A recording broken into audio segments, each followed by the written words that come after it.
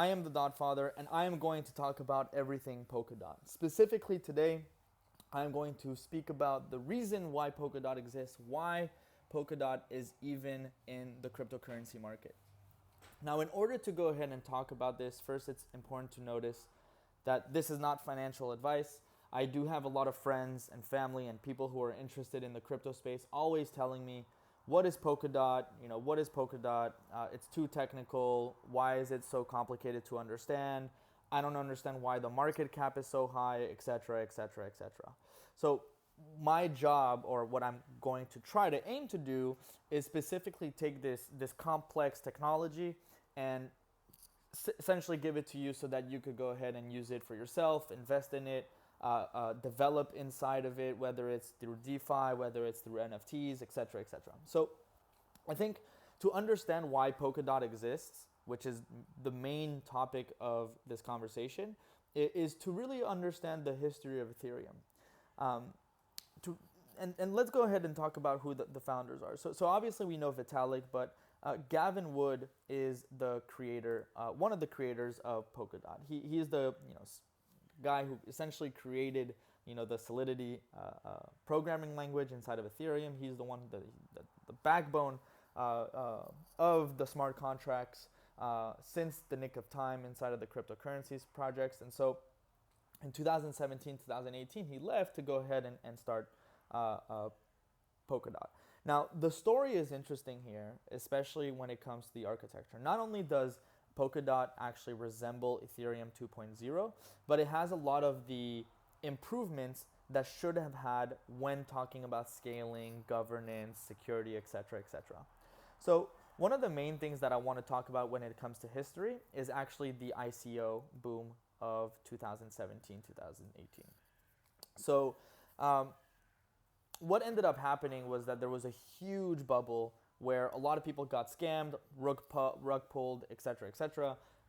And they were giving essentially Ethereum tokens in return for some kind of their project token. Now, some of them obviously were successful, but a lot of them, people got their crypto stolen. And so to appreciate the Polkadot architecture, this is an important piece, because what essentially Polkadot is a neighborhood of blockchains, right? And so what happens is, with this visualization, it's a really nice way to understand what Polkadot represents. So here is a neighborhood of blockchains, a layer 0, where layer 1s are able to live in this huge neighborhood and communicate with one another, okay? Now, if I'm a project inside of this Polkadot ecosystem, in order for me to earn a slot, I have to gain support from the community. Now, the same way with Ethereum, they would receive Ethereum tokens so that they could raise funds. This is the same way, except that the projects themselves do not have access to those funds, okay? They actually have a support which is only locked for 2 years. So, for example, I'm a project. I'm interested in being part of this neighborhood. The Polkadot community has to stake or secure their dots for 96 weeks specifically.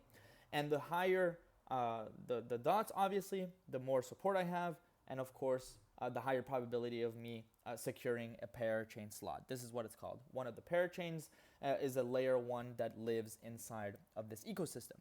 And so the reason why it's important to go back to the ICO 2017 is because right now, if I'm a DOT holder, not only will I use DOT, for gas, for governance, etc., and all that stuff, but also to go ahead and use it to support the projects that I care and love about, right? And so my dots will be saved within this network. So the team who is raising these funds do not have access to my funds, right? My dots will be returned after the 96-week lease.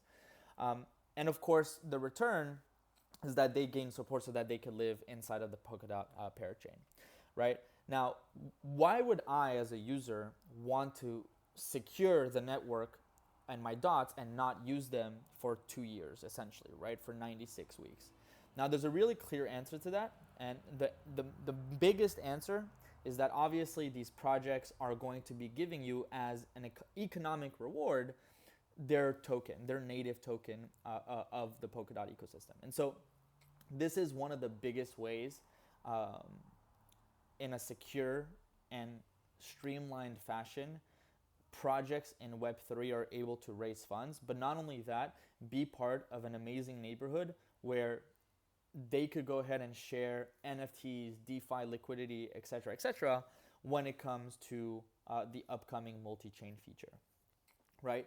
This is exactly what I wanted to talk about. This is why I'm so excited.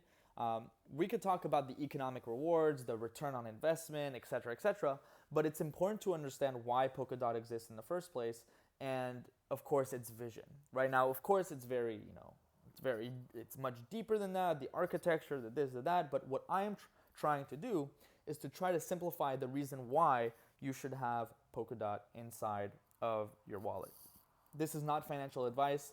This is just an education to show you the power of Polkadot, what it could be, and I am really excited to share this with you and begin on this journey on the Polkadot ecosystem. Thank you, and have a great evening.